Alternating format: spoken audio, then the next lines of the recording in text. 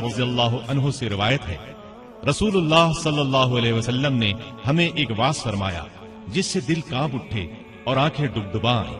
ہم نے کہا یا رسول اللہ، یہ تو گویا الوداع کہنے والے یعنی چھوڑ کر جانے والے کا سا واعظ ہے، آپ ہمیں مزید وصیت فرمائیں۔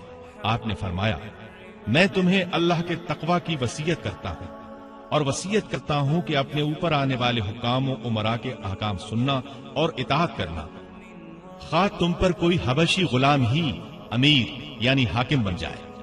تم میں سے جو شخص میرے بعد زندہ رہے گا وہ یقیناً بہت سے اختلافات دیکھے گا۔